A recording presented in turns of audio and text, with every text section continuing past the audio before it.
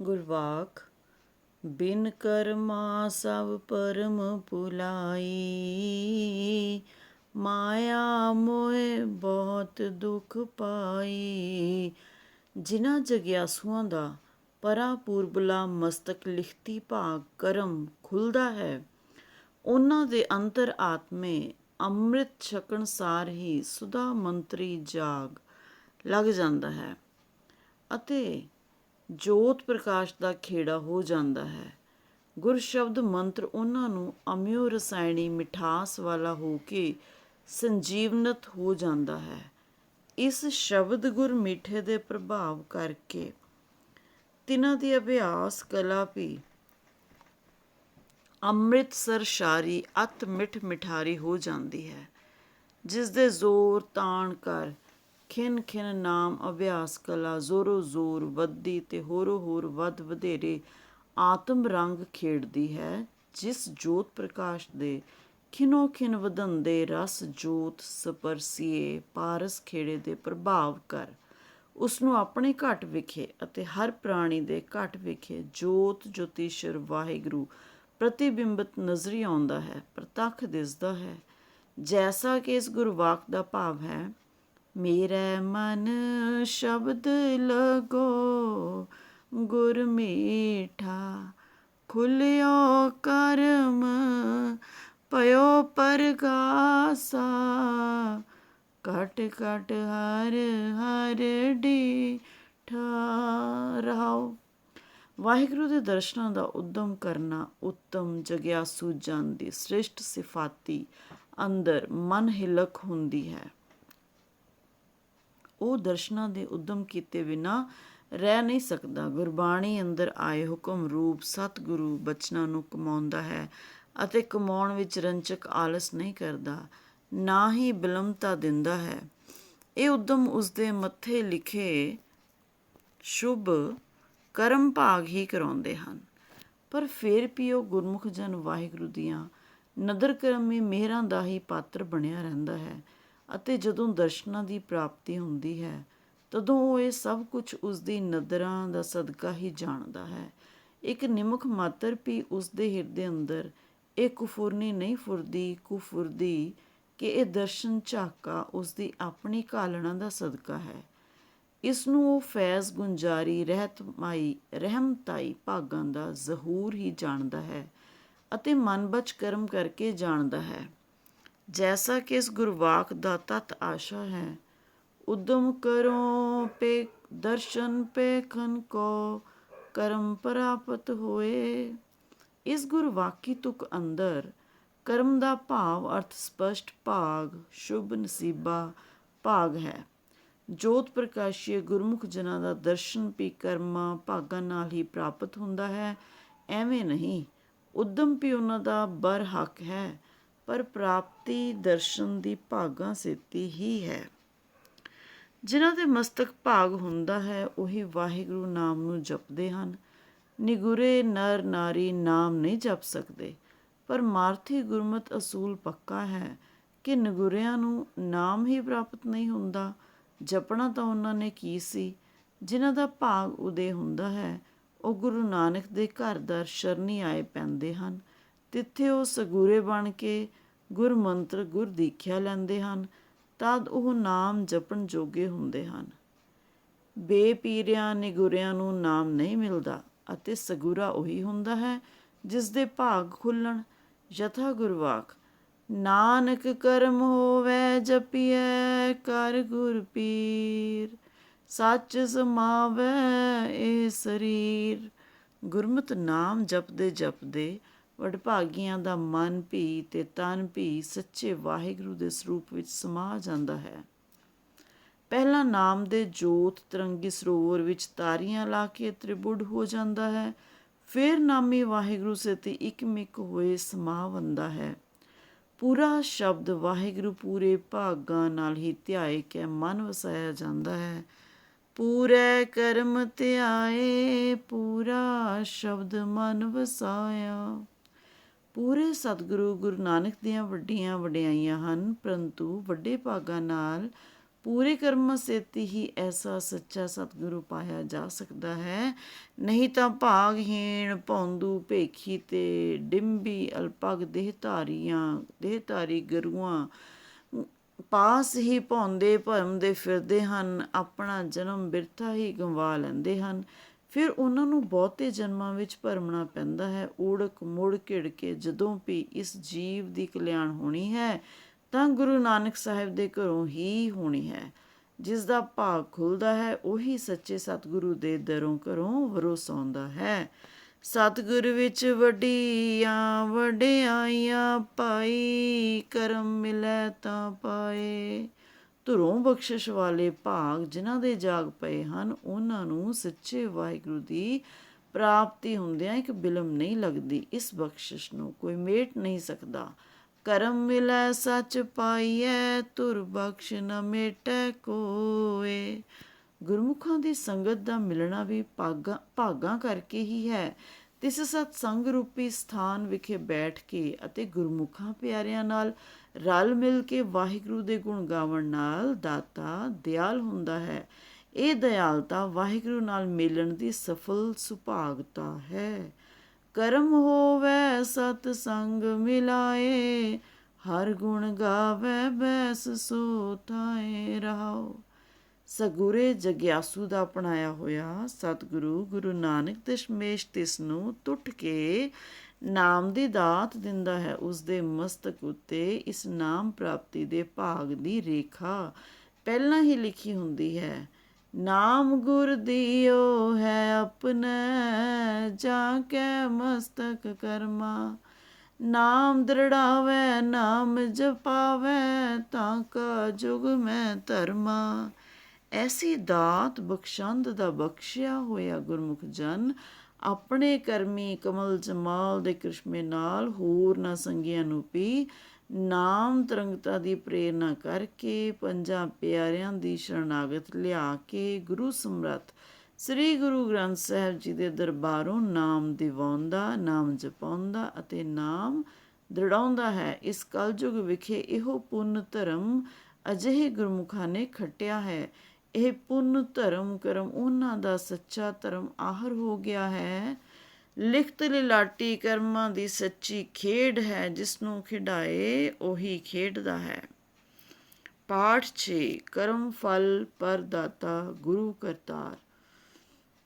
ਕੀਤੇ ਕਰਮਾਂ ਦੀ ਫਲ ਦਾਤ ਕਰਨੇਹਾਰ ਦਾ ਕਰਤਾਰ ਦੇ ਹੱਥ ਵੱਸ ਹੈ। ਧੁਰ ਮਸਤਕ ਲਿਖਤ ਲਿਖੀ ਅਨੁਸਾਰ ਕਈ ਸ਼ੁਭ ਅਸ਼ੁਭ ਕਰਮ ਐਸੇ ਹਨ ਜੋ ਪ੍ਰਾਣੀ ਨੂੰ ਅਵਸ਼ੋਂ ਕਰਨੇ ਪੈਂਦੇ ਹਨ। ਇਹਨਾਂ ਅਵਸ਼ੋਂ ਕਰਨ ਯੋਗ ਕਰਮਾਂ ਦੀ ਲਿਖਤ ਵੀ ਕਰਤੇ ਪੁਰਖ ਵੱਲੋਂ ਲਿਖੀ ਹੋਈ ਹੁੰਦੀ ਹੈ। ਉਸ ਲਿਖਤ ਅਨੁਸਾਰ ਪ੍ਰਾਣੀ ਸੋ ਕਰਮ ਕਰਦਾ ਹੈ ਜਿਹੋ ਜਿਹੀ ਲਿਖਤ ਲਿਖ ਕੇ ਪਾਈ ਹੋਈ ਹੁੰਦੀ ਹੈ। ਸੋ ਕਰਮ ਕਰਤ ਹੈ ਪ੍ਰਾਣੀ, ਜੈਸੀ ਤੁਮ ਲਿਖ ਪਾਈ। ਸੇਵਕ ਕੋ ਤੁਮ ਸੇਵਾ ਦੇਨੀ, ਦਰਸ਼ਨ ਦੇਖ ਗਾਈ। ਇਸ ਗੁਰਵਾਕ ਦੇ ਭਾਵ ਅਨੁਸਾਰ ਇਹ ਗੱਲ ਸਪਸ਼ਟ ਹੈ ਕਿ ਕਰਤੇ ਪੁਰਖ ਨੇ ਜੈਸੀ ਕਿਰਤ ਲਿਖ ਕੇ ਪਾਈ ਹੈ, ਜੈਸੀ ਲਿਖਤ ਲਿਖੀ ਹੈ, ਉਸੇ ਅਨੁਸਾਰ ਹੀ ਪ੍ਰਾਣੀ ਸੋਈ ਕਰਮ ਕਰਦਾ ਹੈ। ਗੁਰੂ ਕੇ ਸੇਵਕਾਂ ਸਿੱਖਾਂ ਨੂੰ ਗੁਰੂ ਕਰਤਾਰ ਨੇ ਉਸਦੇ ਪੂਰਬਲੇ ਸ਼ੁਭ ਲਿਖਤੀ ਕਰਮਾਂ ਅਨੁਸਾਰ ਨਾਮ ਜਪਣ ਦੀ ਸੇਵਾ ਰੂਪੀ ਸ਼ੁਭ ਸ੍ਰੇਸ਼ਟ ਤੇ ਸ਼ੁਭ ਕਰਮ ਹੀ ਲਿਖ ਕੇ ਦਿੱਤਾ ਹੈ। ਇਹ ਕਰਮ ਫਲ ਦਾਤ ਕਰਤੇ ਪੁਰਖ ਦੇ ਹੱਥ ਵੱਸ ਹੀ ਹੈ। ਇਹ ਫਲ ਪਰਦਾਤੀ ਕਰਮ ਦਾਤਾ, ਕਰਮ ਫਲ ਪਰਦਾਤਾ ਕਰਤਾ ਪੁਰਖ ਗੁਰੂ ਕਰਤਾਰ ਆਪ ਆਪਣੀ ਕਰਮ ਅਭੀਚੀ ਪ੍ਰੇਰਨਾ ਦੇ ਜ਼ੋਰ ਕਰਾਉਂਦਾ ਹੈ। ਕਰਮ ਕਰਨੇਹਾਰ ਪ੍ਰਾਣੀ ਦਾ ਇਸ ਕਰਮ ਜਾਂ ਇਨ੍ਹਾਂ ਕਰਮਾਂ ਦੇ ਕਰਨ ਵਿੱਚ ਕੋਈ ਜ਼ੋਰ ਤਾਣ ਨਹੀਂ ਚੱਲਦਾ, ਕਿਉਂਕਿ ਇਹ ਕਰਮ ਉਸਦੇ ਪੂਰਬਲੇ ਕਰਮਾਂ ਦੇ ਸਿਲੇ ਵਿੱਚ ਉਸਦੇ ਧੁਰ ਮਸਤਕ ਲਿਖਤੀ ਕਰਮ ਹਨ, ਜੋ ਕਰਮ ਵਿਧਾਤੇ ਗੁਰੂ ਕਰਤਾਰ ਨੇ ਕਰਮ ਦੇ ਫਲ ਰੂਪੀ ਸਿਲੇ ਵਿੱਚ ਸਭ ਤੋਂ ਭੁਗਤਾਉਣੇ ਹਨ। ਕਰਮ ਦਾ ਜਾਂ ਕਰਮ ਕਰਨ ਹਾਰੇ ਪ੍ਰਾਣੀ ਦਾ ਇਸ ਕਰਮ ਜਾਂ ਇਹਨਾਂ ਕਰਮਾਂ ਦੇ ਕਰਨ ਵਿੱਚ ਕੋਈ ਵਸ ਜਾਂ ਵਾਸਤਾ ਨਹੀਂ। ਕਰਮ ਕਰਨ ਹਾਰੇ ਦੇ ਆਪਣੇ ਵਸ ਹੋਵੇ ਤਾਂ ਉਹ ਆਪਣੇ ਹੀ ਫਲ ਭੁਗਤਾ ਲਵੇ। ਕਰਮਾਂ ਦੇ ਵੱਸ ਦੀ ਗੱਲ ਹੋਵੇ ਤਾਂ ਕੇਵਲ ਕਰਮ ਹੀ ਪ੍ਰਧਾਨ ਨਾ ਬਣ ਬੈਠਣ। ਗੁਰਮਤਿ ਅੰਦਰ ਕਰਮ ਨਿਰਜੀਉ ਹਨ। ਇਹਨਾਂ ਅੰਦਰ ਆਪੂ ਫਲ ਭੁਗਤਾਉਣ ਦੀ ਸੱਤਾ ਨਹੀਂ। ਆਨਮਤ ਕਰਮ ਫਿਲਾਸਫੀ ਇਸ ਕਰਕੇ ਫੋਕਟ ਹੈ। ਨਿਰਵਾਣ ਪਦ ਆਨਮਤਾਂ ਅਨੁਸਾਰ, ਖਾਸ ਕਰ ਬੁੱਧ ਮਤ ਅਨੁਸਾਰ, ਕਰਮਾਂ ਨੂੰ ਇੱਥੋਂ ਤਾਈਂ ਪ੍ਰਧਾਨਤਾ ਦਿੱਤੀ ਗਈ ਹੈ ਕਿ ਉੱਥੇ ਨਿਰਵਾਣ ਪਦ ਵੀ ਕਰਮਾਂ ਉੱਪਰ ਨਿਰਭਰ ਹੈ। ਸਿਖਰਲੇ ਸ੍ਰੇਸ਼ਟ ਕਰਮ ਹੀ ਉੱਥੇ ਨਿਰਵਾਣ ਰੂਪ ਗਰਦਾਨੇ ਗਏ ਹਨ।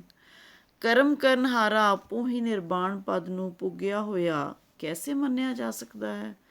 ਆਨਮਤ ਕਰਮ ਨਿਰਵਾਣਤਾ ਪਦ ਤਿੰਨਾਂ ਮਤ ਅਵਲੰਬੀਆਂ ਨੂੰ ਅਹੰਮਤ ਮਤਸਰ ਤੇ ਓੜਕ ਕੋਰੇ ਅਤੇ ਫੋਕਟ ਨਾਸਤਕ ਬਣਾ ਦਿੰਦਾ ਹੈ, ਪਰਮਾਤਮਾ ਤੋਂ ਨਿਰੋਲ ਮੁਨਕਰ ਕਰਾ ਦਿੰਦਾ ਹੈ।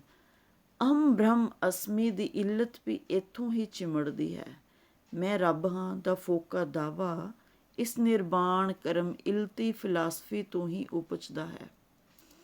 ਇਹ ਨਿਰਵਾਣ ਕਰਮ ਇਲਤੀ ਫਿਲਾਸਫੀ ਹੀ ਨਾਸਤਕਾਂ ਦੀ ਜਾਨ ਹੈ। ਗੁਰਮਤਿ ਅੰਦਰ ਨਿਰੇ ਕਰਮਾਂ ਦੇ ਵੱਸ ਦੀ ਕੋਈ ਗੱਲ ਨਹੀਂ, ਨਾ ਹੀ ਕਰਮ ਕਰਨ ਹਾਰੇ ਪ੍ਰਾਣੀ ਦੇ ਕੁਝ ਵਸੀਕਾਰ ਹੈ। ਉਸਦੇ ਕੀਤੇ ਕਰਮਾਂ ਦਾ ਫਲ ਦੇਣਹਾਰ ਗੁਰੂ ਕਰਤਾਰ ਹੈ। ਸ਼ੁਭ ਅਸ਼ੁਭ ਕਰਮ ਜੋ ਵੀ ਪ੍ਰਾਣੀ ਕਰਦਾ ਹੈ, ਉਸ ਦਾ ਫਲ ਭੁਗਤਾਣੀ ਸਵਾਬ ਜਾਂ ਅਜ਼ਾਬ ਸਭ ਕਰਤੇ ਪੁਰਖ ਦੇ ਵੱਸ ਹੈ। ਕੀਤੇ ਕਰਮਾਂ ਦਾ ਦੇਣਹਾਰ ਜਾਂ ਲੈਣਹਾਰ, ਕਰਮ ਕਰਨਹਾਰ ਪ੍ਰਾਣੀ ਹੀ ਗਰਦਾਨਿਆ ਜਾਂਦਾ ਹੈ, ਨਾ ਕਿ ਫਲ ਭੁਗਤਾਉਣ ਹਾਰਾ ਸਮਰੱਥ ਕਰਤਾ ਪੁਰਖ। ਜਿੱਥੇ ਉਹ ਕਰਮਾਂ ਦੀ ਸ਼ਕਲ ਵਿੱਚ ਫਲ ਭੁਗਤਾਉਂਦਾ ਹੈ, ਉੱਥੇ ਉਸੇ ਸ਼ਕਲ ਵਿੱਚ ਉਸਨੂੰ ਅਰਥਾਤ ਪੁਰਖ ਵਿਧਾਤੇ ਨੂੰ ਕਰਮਾਂ ਦਾ ਕਰਤਾ ਭੁਗਤਾ ਦਾਤਾ ਆਖਿਆ ਜਾਂਦਾ ਹੈ। ਪਰ ਇਸ ਤੋਂ ਕਰਮਾਂ ਦਾ ਕਰਨਹਾਰ ਪ੍ਰਾਣੀ ਆਪਣੀ ਕਰਮਗਤ ਤੋਂ ਗੈਰ ਜ਼ਿੰਮੇਵਾਰ ਨਹੀਂ ਸਮਝਿਆ ਜਾਂਦਾ। ਉਸਦੇ ਕਰਮਾਂ ਦੀ ਸਜ਼ਾ ਜਜ਼ਾ ਜਾਂ ਸਵਾਲ ਦੇਹੰਦੀ ਫਲ ਸਮਰੱਥਾ ਉਸਦੇ ਆਪਣੇ ਹੱਥ ਨਹੀਂ, ਬਲਕਿ ਕਰਮ ਫਲ ਪ੍ਰਦਾਤੇ ਗੁਰੂ ਕਰਤਾਰ ਦੇ ਵਸਗਤ ਹੈ। ਕਰਮ ਅਹਮ ਮਤਸਰੀ ਅਗਿਆਨੀ ਪੁਰਸ਼ ਸ਼ੁਭ ਕਰਮਾਂ ਦਾ ਕਰਨਹਾਰ ਤਾਂ ਆਪ ਖੁਦ ਬਣ ਕੇ ਬੈਠਦਾ ਹੈ ਅਤੇ ਅਸ਼ੁਭ ਕਰਮ ਕਿਸੇ ਹੋਰ ਤਾਕਤ ਦੇ ਮੱਥੇ ਮੜਦਾ ਹੈ, ਚਾਹੇ ਉਹ ਉਸ ਤਾਕਤ ਤੋਂ ਵਾਸਤਵ ਵਿੱਚ ਮੁਨਕਰ ਹੀ ਹੋਵੇ। ਪਰ ਬੁਰੇ ਕਰਮਾਂ ਦੀ ਬੁਰਾਈ ਦਾ ਜ਼ਿੰਮੇਵਾਰ ਠਹਿਰਾਉਣ ਨੂੰ ਕਿਸੇ ਹੋਰ ਤਾਕਤ ਨੂੰ ਗਰਦਾਨਦਾ ਹੈ। ਉੱਥੇ ਉਸਦੀ ਨਾਸਤਕਤਾ ਵੀ ਭੁਰ ਹੋ ਜਾਂਦੀ ਹੈ। ਗੁਰਮਤੋਂ ਸਖਣੇ ਜਿਤਨੇ ਵੀ ਮਨਮੁਖ ਹਨ, ਸਭਨਾਂ ਅੰਦਰ ਨਾਸਤਕਤਾ ਦਾ ਅੰਸਰ ਬਹੁਤ ਕੰਮ ਕਰਦਾ ਹੈ। ਕਰਮ ਪ੍ਰਧਾਨ ਮੰਨਣਹਾਰਿਆਂ ਨਿਰਵਾਣਮਤੀ ਸ਼੍ਰੀ ਦਾਨਿਆਂ ਅੰਦਰ ਇਸ ਨਾਸਤਕਤਾ ਦੀ ਸਗੋਂ ਬਾਹਲੀ ਬਹੁਲਤਾ ਹੈ। ਉਹਨਾਂ ਦੇ ਨਿਰਵਾਣ ਆਸਰਤ ਕਰਮ ਵੀ ਸਭ ਹਾਸੋਹੀਣੇ ਹਨ। ਚੇਸ਼ਟਾ ਤ੍ਰਿਸ਼ਨਾ ਨੂੰ ਮਾਰਨਾ ਉਹ ਆਪਣੀ ਉਕਤੀ ਯੁਕਤੀ ਵਾਲੇ ਤਿਆਗ ਦੁਆਰਾ ਹੀ ਨਿਰਵਾਣ ਸਮਝਦੇ ਹਨ। ਜਿਹੜਾ ਇਨਸਾਨ ਸਮੂਹ ਸੰਸਾਰਕ ਵਾਸ਼ਨਾ ਤ੍ਰਿਸ਼ਨਾ ਤੋਂ ਉੱਕਾ ਹੀ ਨਿਰਵਾਸ ਤੇ ਨਿਰਚਾਹ ਹੋ ਗਿਆ, ਬਸ ਉਹ ਉਹਨਾਂ ਦੇ ਭਾਣੇ ਨਿਰਵਾਣ ਪਦ ਨੂੰ ਪ੍ਰਾਪਤ ਹੋ ਗਿਆ। ਹਠ ਯੋਗ ਵਾਲੇ ਤਿਆਗ ਦਾ ਮਸਲਾ ਹੀ ਅਸਲ ਨਿਰਵਾਣ ਪਦ ਦੀ ਪਹੁੰਚ ਤੋਂ ਆਸਕਤ ਹੈ। ਗੁਰਮਤਿ ਅੰਦਰ ਅਸਲ ਨਿਰਵਾਣ ਬਿਦ ਨਿਰਣਤ ਹੈ। ਇਸ ਬਿਦ ਨਿਰਣਤ ਹੈ, ਹੁਕਮ ਬੂਝ ਰੰਗ ਰਸ ਮਾਣੇ, ਸਤਿਗੁਰ ਸੇਵਾ ਮਹਾ ਨਿਰਵਾਣੇ, ਜਿਨ ਤੂ ਜਾਤਾ ਸੋ ਗਿਰਸਤ ਉਦਾਸੀ ਪਰਵਾਣ, ਨਾਮ ਰਤਾ ਸੋਈ ਨਿਰਵਾਣ। ਤਾਂ ਤੇ ਨਿਰਵਾਣ ਪਦ ਦੇ ਗਾਹਕ ਨੂੰ ਗ੍ਰਹਿਸਥ ਦੇ ਤਿਆਗ ਦੀ ਲੋੜ ਨਹੀਂ, ਨਾ ਹੀ ਹਠ ਯੋਗ ਨਾਲ ਟੱਕਰਾਂ ਮਾਰਨ ਦੀ ਕੋਈ ਜ਼ਰੂਰਤ ਹੈ। ਬਸ ਨਿਰਵਾਣ ਪਦ ਇੱਕ ਹਰਕੋ ਨਾਮ ਦੇ ਗੁਰਵਾਕ ਅਨੁਸਾਰ ਗੁਰਮਤਿ ਨਾਮ ਅਭਿਆਸ ਕਮਾਈ ਹੀ ਨਿਰਵਾਣ ਪਦ ਦੀ ਸੂਚਕ ਹੈ। ਇਸ ਤੱਤ ਨਿਰਵਾਣ ਪਦ ਲਈ ਹੋਰਤ ਕਰਮ ਕਮਾਉਣੇ ਸਭ ਨਿਸਫਲ ਹਨ। ਆਨਮਤੀਆਂ ਦੀ ਤਾਂ ਕਰਮ ਪ੍ਰਧਾਨਤਾ ਵਾਲੀ ਕੁਮਤ ਹੀ ਸਫਲ ਫਲ ਹੈ, ਜਿਸ ਦਾ ਕਿ ਗੁਰਮਤਿ ਅੰਦਰ ਉੱਕਾ ਹੀ ਵਿਧਾਨ ਨਹੀਂ, ਸਗੋਂ ਨਿਖੇਧ ਹੀ ਨਿਖੇਧ ਹੈ। ਨਿਰਾ ਕਰਮ ਫਲ ਪ੍ਰਧਾਨਤਾ ਦੀ ਸ਼ਕਤੀ ਤੇ ਆਸਕਤ ਹੈ, ਜੋ ਨਿਪੁੰਸਕ ਹੈ। ਤਾਂ ਤੇ ਕਰਮ ਦੀ ਪ੍ਰਧਾਨਤਾ ਕਿੱਥੇ ਅਤੇ ਕਿਵੇਂ ਰਹੀ? ਪ੍ਰਧਾਨਤਾ ਕੇਵਲ ਫਲ ਪ੍ਰਦਾਤੇ ਨੂੰ ਹੀ ਹੈ। ਕਰਮ ਫਲ ਪ੍ਰਦਾਤਾ ਸਰਵ ਸ਼ਕਤੀਸ਼ਰ ਵਾਹਿਗੁਰੂ ਹੀ ਹੈ, ਜਿਸ ਤੋਂ ਉੱਪਰ ਸ਼ਕਤੀਵਾਨ ਸ਼ਕਤੀ ਤਾਕਤ ਹੋਰ ਕਿਸੇ ਨੂੰ ਨਹੀਂ। ਕਰਮਾਂ ਦੀ ਸੁਫਲ ਫਲਾਣੀ ਤਾਕਤ ਸ਼ਕਤੀ ਕਰਤੇ ਪੁਰਖ ਨੂੰ ਹੀ ਸਵੈਪਮ ਸਰੂਪ ਵਿੱਚ ਪ੍ਰਾਪਤ ਹੈ। ਇਹ ਤਾਕਤ ਸ਼ਕਤੀ ਨਾ ਕਿਸੇ ਪ੍ਰਕਿਰਤੀ ਜੀਵ ਨੂੰ ਪ੍ਰਾਪਤ ਹੈ, ਨਾ ਪ੍ਰਕਿਰਤੀ ਕਿਰਤ ਨੂੰ। ਕਰਮ ਨੂੰ ਤਾਂ ਕੀ ਹੋਣੀ ਸੀ? ਤਿਸ ਤਾਕਤ ਨੂੰ ਸ੍ਰੀ ਜਪਜੀ ਸਾਹਿਬ ਦੀ 33ਵੀਂ ਪੌੜੀ ਵਿੱਚ ਜ਼ੋਰ ਦਾ ਪਦ ਦੇ ਕੇ ਦਰਸਾਇਆ ਗਿਆ ਹੈ ਤੇ ਨਿਰੂਪਣ ਕੀਤਾ ਗਿਆ ਹੈ ਕਿ ਇਹ ਜ਼ੋਰ ਤਾਕਤ ਸਖਤ ਮਾਈਟ ਨਾ ਤਾਂ ਆਖਣ ਭਾਖਣ ਕਰਕੇ ਮਿਲਦਾ ਹੈ, ਨਾ ਹੀ ਵੇਦ ਵਿਚਾਰੀ ਵੇਦ ਪਾਠ ਪੜਤਾਰੀ ਆਨ ਮਤ ਮੰਤਰੀ ਬੋਲ ਬੁਲਾਰੀ ਭਾਖਿਆ ਆਖ ਭਾਖਿਆ ਤੋਂ ਮਿਲਦਾ ਹੈ, ਨਾ ਹੀ ਆਨਮਤ ਕਰਮ ਕਰਮਾਰੀ ਮੌਨ ਚੁੱਪ ਸਾਧਿਆਂ ਮਿਲਦਾ ਹੈ। ਇਹ ਜ਼ੋਰ ਆਪ ਹੁਦਰੀ ਮੰਗਣ ਮੰਗਿਆਂ ਵੀ ਨਹੀਂ ਮਿਲਦਾ, ਨਾ ਹੀ ਦੇਣ ਦਾਤਾਰ ਦਾਤ ਸ਼ਕਤੀ ਦੇ ਦਾਤਾ ਬਣਿਆ ਮਿਲਦਾ ਹੈ। ਇਹ ਜ਼ੋਰ ਚਿਰੰਜੀਵੀ ਜੀਵਨ ਜੀਵਿਆਂ ਵੀ ਨਹੀਂ ਮਿਲਦਾ, ਨਾ ਹੀ ਅਹਮਤ ਮਰਨੀ ਮਰੀਵਿਆਂ ਮਿਲਦਾ ਹੈ। ਮਰਨ ਮੁਕਤ ਪਦ ਵਾਲੀ ਜ਼ੋਰ ਤਾਣ ਵਾਲੀ ਗੱਲ ਗੁਰਮਤਿ ਅੰਦਰ ਛੋਛੀ ਅਤੇ ਹੋਛੀ ਗਰਦਾਨੀ ਗਈ ਹੈ। ਇਹ ਤਾਣ ਕਲਾ ਬਲ ਨਾ ਹੀ ਰਾਜ ਕਰਕੇ, ਨਾ ਹੀ ਮਾਲ ਕਰਕੇ, ਨਾ ਹੀ ਮਨ ਸੰਕਲਪ ਸ਼ੋਰ ਸ਼ਰਾਬੇ ਵਾਲੇ ਅਲਪਗ ਤੇ ਮਸਨੂਈ ਧਿਆਨ ਜਮਾਇਆ ਮਿਲਦਾ ਹੈ। ਇਹ ਸਰਵ ਕਲਾ ਸਮਰੱਥਤਾ ਵਾਲਾ ਆਤਮ ਬਲ ਤਾਣ ਜ਼ੋਰ ਸੁਰਤੀਆਂ ਸਿਮਰਤੀਆਂ ਤੇ ਖੁਸ਼ਕ ਗਿਆਨ ਵਿਚਾਰ ਦੁਆਰਾ ਪ੍ਰਾਪਤ ਨਹੀਂ ਹੁੰਦਾ, ਨਾ ਹੀ ਇਹ ਜ਼ੋਰ ਸਮਰੱਥਤਾ ਸੰਪੰਨ ਆਮ ਬਲ ਸੰਸਾਰ ਤੋਂ ਤਿਆਗ ਛੁਟਕਾਰੇ ਦੀਆਂ ਜੁਗਤੀਆਂ ਦੁਆਰਾ ਹੀ ਪ੍ਰਾਪਤ ਹੁੰਦਾ ਹੈ।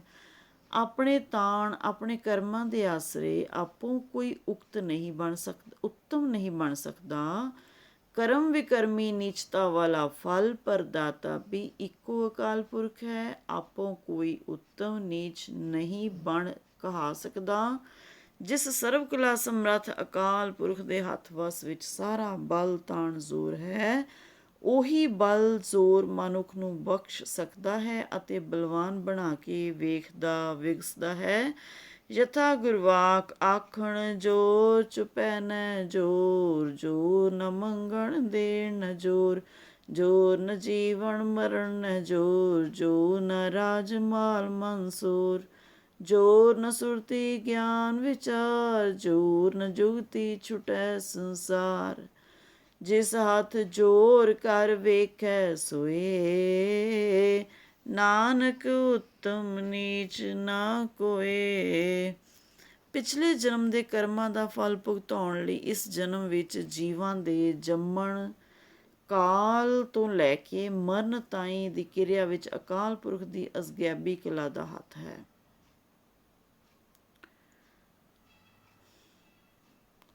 ਆਪਣੀ ਆਯੂ ਦੇ ਪਹਿਲੇ ਪਹਿਰੇ ਵਿੱਚ ਜਦੋਂ ਜੀਵ ਮਾਤਾ ਦੇ ਗਰਭ ਵਿੱਚ ਆਉਂਦਾ ਹੈ ਤਾਂ ਉੱਥੇ ਉਸ ਅੰਧਕਾਰ ਵਿੱਚ ਉਸ ਦੀ ਪਾਲਣਾ ਕਰਨਹਾਰਾ ਗਾਇਬੁਲ ਪ੍ਰਸਤ ਵਾਹਿਗੁਰੂ ਹੀ ਹੈ। ਜੀਵਾਂ ਦੇ ਪਿਛਲੇ ਕਰਮਾਂ ਅਨੁਸਾਰ ਕਰਮ ਭੁਗਤਣੀ ਗਰਭ ਵਿੱਚ ਵਾਸਾ ਦਿੰਦਾ ਹੈ। ਜਿਹੋ ਜਿਹਾ ਜਨਮ ਦੇਣਾ ਹੁੰਦਾ ਹੈ, ਉਹੋ ਜਿਹੀ ਗਰਭਨੀ ਕੁਲ ਕਰਮਨੀ ਮਾਤਾ ਦੀ ਕੁੱਖ ਵਿੱਚ ਜਾ ਪੈਂਦਾ ਹੈ। ਅਮੀਰ ਕੁਲ ਕਰਮਨੇ ਜੀਵ ਇਸ ਜਨਮ ਵਿੱਚ ਆਉਣ ਲਈ ਅਮੀਰ ਖਾਨਦਾਨ ਪਰਵਰਨੀ ਮਾਤਾ ਦੇ ਗਰਭ ਵਿੱਚ ਆਏ ਪੈਂਦਾ ਹੈ ਅਤੇ ਗਰੀਬ ਕੁਲ ਕਰਮੀ ਪੂਰਬਲੇ ਅੰਕੁਰ ਸੁਫੁੱਟੀ ਕਰਮਾਂ ਕਰ ਗਰੀਬ ਘਰਾਣੇ ਦੀ ਜ਼ਨਾਨੀ ਦੀ ਕੁੱਖ ਵਿੱਚ ਆਏ ਪ੍ਰਵੇਸ਼ ਹੁੰਦਾ ਹੈ। ਆਪੋ ਨਹੀਂ, ਕਰਤਾ ਪੁਰਖ ਦੇ ਹੁਕਮ ਅਨੁਸਾਰ ਇਸ ਦੇ ਪਿਛਲੇ ਜਨਮ ਦੇ ਕਰਮਾਂ ਦਾ ਫਲ ਜੀਵ ਨੂੰ ਇਸ ਜਨਮ ਵਿੱਚ ਭੁਗਤਾਉਂਦਾ ਹੈ। 10 ਮਾਸ ਗਰਭ ਅਗਨੀ ਦੀ ਮਾਰ ਤੋਂ ਬਚਾ ਕੇ ਰੱਖਣਾ ਕੇਵਲ ਸਮਰੱਥ ਪੁਰਖ ਦੀ ਹੀ ਸਮਰੱਥਤਾ ਹੈ। ਇਸ ਜਨਤੈ ਵਸ ਕਿਛ ਵੀ ਨਹੀਂ। ਜਨਮ ਲੈਣ ਵਾਲੇ ਜੀਵ ਦੀ ਆਯੂ ਦਾ ਕਰਮ ਮੁਹਲਤੀ ਟੇਵਾ ਪਹਿਲਾਂ ਹੀ ਲਿਖਤ ਵਿੱਚ ਲਿਖ ਦਿੱਤਾ ਹੁੰਦਾ ਹੈ। ਇਸ ਮੁਹਲਤ ਵਿੱਚ ਜੋ ਜੋ ਕਰਮ ਜੀਵ ਤੋਂ ਕਰਾਉਣੇ ਹੁੰਦੇ ਹਨ, ਉਹ ਉਸਦੇ ਪੂਰਬਲੇ ਕਰਮਾਂ ਦੀ ਭੁਗਤ ਰੇਖਾ ਅਨੁਸਾਰ ਹੀ ਹੁੰਦੇ ਹਨ। ਜਿਸ ਦੇ ਕਰਨੋਂ ਟਲ ਨਹੀਂ ਸਕਦਾ, ਧੁਰ ਲਿਖਤਕਾਰ ਜੋ ਲਿਖੀ ਹੋਈ ਹੁੰਦੀ ਹੈ, ਉਹਨਾਂ ਕਰਮਾਂ ਦੇ ਕਾਰਨ ਜੀਵ ਚੰਡਾਲ ਦੇ ਘਰ ਚੰਡਾਲਣੀ ਦੇ ਪੇਟੋਂ ਜਨਮ ਲੈ ਕੇ ਚੰਡਾਲਾਂ ਵਾਲੇ ਕਰਮ ਹੀ ਕਰੇਗਾ। ਪਾਰਸਾਵਾਂ ਦੇ ਘਰ ਜਨਮ ਲੈ ਕੇ ਅਤੇ ਪਾਰਸਾਣੀ ਦੇ ਪੇਟੋਂ ਜਨਮ ਕਰ ਪਾਰਸਾਵਾਂ ਵਾਲੇ ਹੀ ਕਰਮ ਕਰੇਗਾ। ਜਿਸ ਪਰਿਵਾਰ ਵਿਖੇ ਜਨਮ ਲੈਂਦਾ ਹੈ ਤਿਸ ਦੇ ਭੀਤਰ ਹੀ ਪ੍ਰਭੂ ਪਰਮਾਤਮਾ ਨੇ ਜੀਵ ਨੂੰ ਸੰਜੋਇਆ ਹੈ, ਕਰਮ ਸੰਜੋਣੀ ਜਨਮ ਦਿੱਤਾ ਹੈ। ਜਿਹੜੇ ਉਸ ਪਰਿਵਾਰ ਮੰਡਲ ਜਨਤਾ ਦੇ ਜਨਮ ਸੁਜਨਮੀ ਕਰਮ ਹਨ, ਤਿਹੋ ਜਿਹੇ ਕਰਮ ਇਸ ਨਵ ਜਨਮੀ ਜੀਵ ਜੰਤ ਨੂੰ ਵੀ ਕਰਨੇ ਪੈਣਗੇ। ਪਿਛਲੇ ਕਰਮਾਂ ਦਾ ਫਲ ਉਸ ਨੂੰ ਇਸ ਜਨਮ ਵਿਖੇ ਭੁਗਤਣਾ ਬਣੇਗਾ। ਭੁਗਤਾਉਣ ਵਾਲਾ ਪ੍ਰਭੂ ਪਰਮਾਤਮਾ ਹੈ, ਇਸ ਜੰਤ ਦੇ ਵਸ ਵਿੱਚ ਕਿਛ ਨਹੀਂ। ਸਾਧਾਰਨ ਕਰਮ ਅਤੇ ਸੁਕਰਮ ਉਸ ਤੋਂ ਆਪ ਹੀ ਕਰਮ ਫਲ ਪ੍ਰਦਾਤਾ ਕਰਤਾ ਪੁਰਖ ਕਰਾਉਂਦਾ ਹੈ।